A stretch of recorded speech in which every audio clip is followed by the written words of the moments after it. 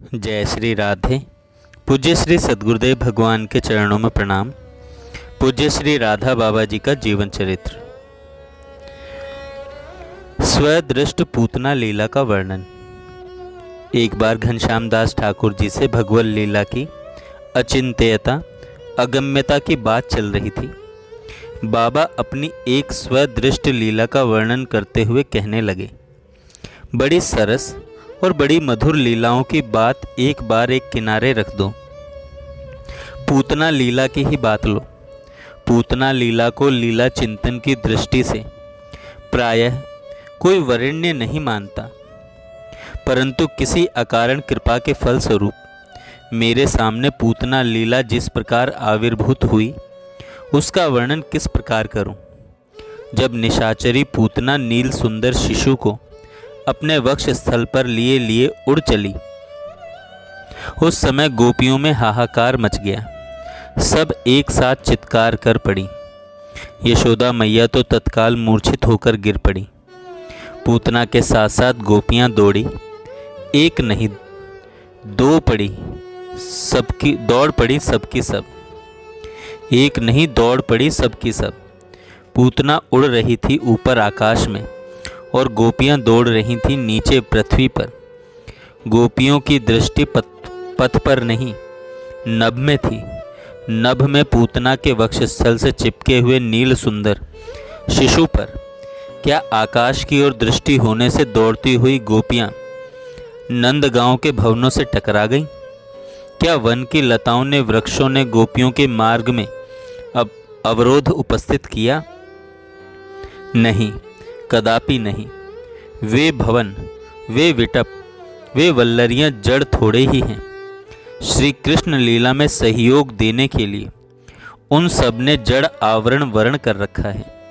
वहाँ के जड़ चेतन स्थावर जंगम, वहाँ की संपूर्ण प्रकृति चिन्मय है। उन सब ने स्वतः ही दौड़ती भागती सभी गोपियों को अवकाश दे दिया, मार्ग दे दिया। मार्ग में किसी प्रकार का अवरोध उपस्थित न होने पाए। वे सभी यथा आवश्यकता सिमट गए, संकुचित हो गए, सीधे हो गए। यही बात काल को लेकर है। यह कभी संभव ही नहीं कि यातुधानी पूतना के उड़ने की गति के समान गति से गोपियां दौड़ सकें, परंतु तुरंत काल भी संकुचित हो गया और पूतना के गिरने के साथ साथ ही गोपियां वहां पहुंच गई। और वह सलोना शिशु भी कितना भावग्राही है। सभी की सभी गोपियों की भीषण अंतर्वेदना को उसने अनुभव किया। किसी एक ने नहीं, सारी गोपियों ने अलग अलग यही अनुभव किया कि पूतना के वक्षस्थल से लाला को मैंने ही उठाया है और मैंने ही लाकर मूर्छित यशोदा की गोद में दिया है, जिससे यशोदा के कंठगत प्राणों की रक्षा हो सकी। वहाँ के चिन्मय भवनों की, वनों की वीथियों की, वृक्षों की वल्लरियों की, वामांगनाओं की मति रति गति हम साधारण जनों के लिए अगम्य है, अचिंत्य है, अकल्पनीय है। बाबा पर सन्निपात का प्रकोप। बाबा को तो अपने शरीर का ध्यान रहता ही नहीं, पर दुख कातरता इतनी थी कि अपने शरीर का मूल्य देकर भी आगत जनों के दुख दर्द को सुनना चाहते थे और उस दुख दर्द को दूर करना चाहते थे। शीत ऋतु होने से परिक्रमा प्रातःकाल 8:30 बजे से 8:45 बजे तक हुआ करती थी। शुक्रवार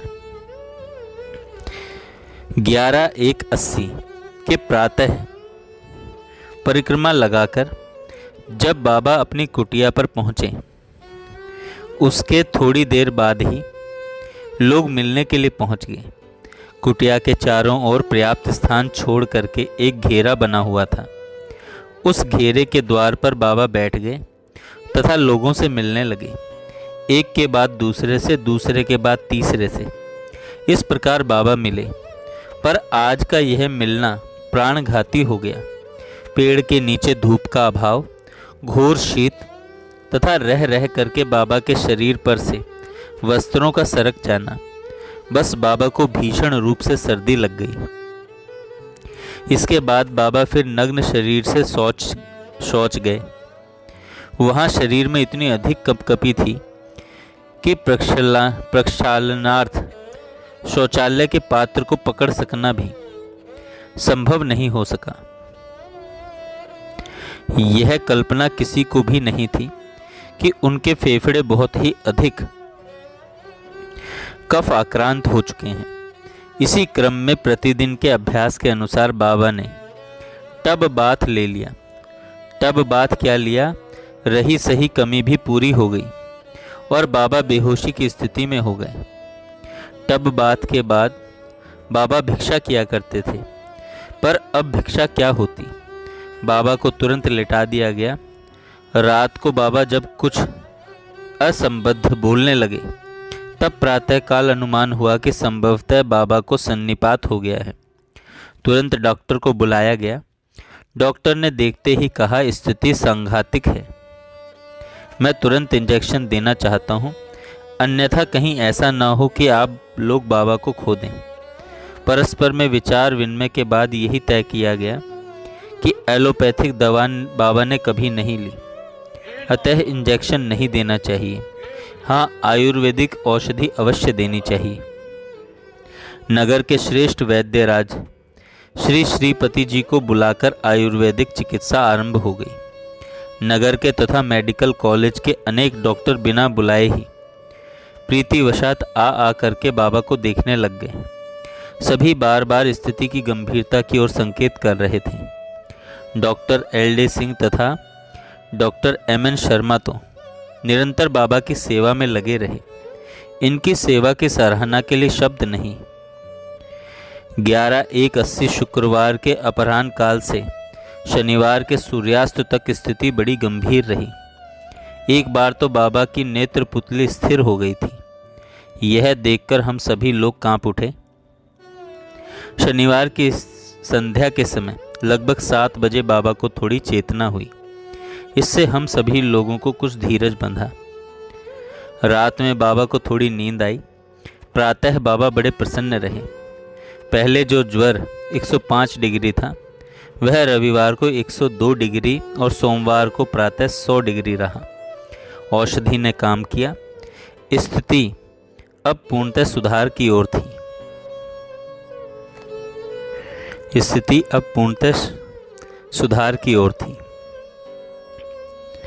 शनिवार तथा रविवार को अपराह्न काल में आराम कुर्सी पर लिटाकर बाबा को परिक्रमा हेतु गिरिराज परिसर में लाया गया। उनके चरणों का भूमि से स्पर्श करा दिया गया। इसके बाद कुर्सी पर लिटाए लिटाए एक परिक्रमा करा करके बाबा को वापस कुटिया पर ले जाया गया। श्री रामचरितमानस का प्रतिपाद्य। सन 1980 के मध्य की बात होनी चाहिए। सूर्यास्त हो चुका था। बाबा स्नान करके भिक्षा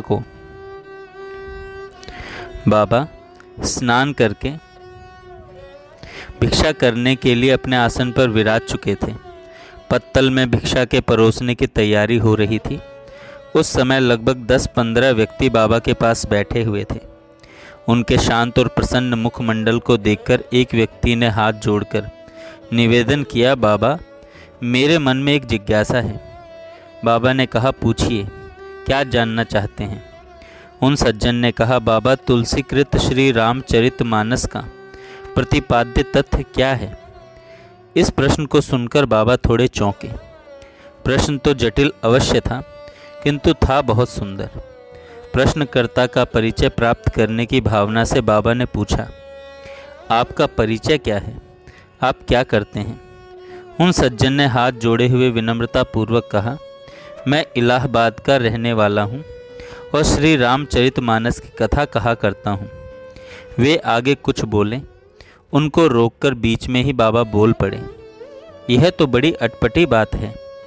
श्री रामचरितमानस की कथा कहने वाले पंडित जी को मानस के प्रतिपाद्य का ज्ञान नहीं हो, यह बात समझ में नहीं आती। उन कथावाचक जी ने कहा, यह बात आपकी या किसी की समझ में भले न आए, पर सचमुच मेरे मन में यह प्रश्न बहुत दिनों से बना हुआ है। बाबा ने एकदम सीधा प्रश्न किया। जैसे अन्य कई कथावाचक अपने पांडित्य का प्रदर्शन करने के लिए कुछ प्रश्न करते हैं, कुछ कुरेदते हैं, कुछ कहते हैं, क्या आप भी वही कर रहे हैं? कथावाचक जी ने पुनः कहा, बाबा सचमुच मैं वह प्रतिपाद्य जानना चाहता हूँ, इसलिए ऐसा प्रश्न किया है। बाबा तो उनके मन की भीतरी बात जानना चाहते थे, अतः उन्होंने फिर पूछा, क्या आप मेरी परीक्षा ले रहे हैं? कथावाचक जी ने कहा, परीक्षा नहीं, शिक्षा लेने आया हूँ। बाबा ने पुनः उलटकर तीखे स्वर में प्रश्न किया, क्या आप मेरी वंचना कर रहे हैं? उन कथावाचक जी ने विनम्रतापूर्वक कहा, मैं एक साधारण ब्राह्मण हूँ, मानस की कथा कहकर अपने परिवार का भरण पोषण करता हूँ। अब आप सोचें कि क्या कथा कहने वाला एक साधारण ब्राह्मण किसी तपस्वी सन्यासी की वंचना करने का साहस कर सकता है?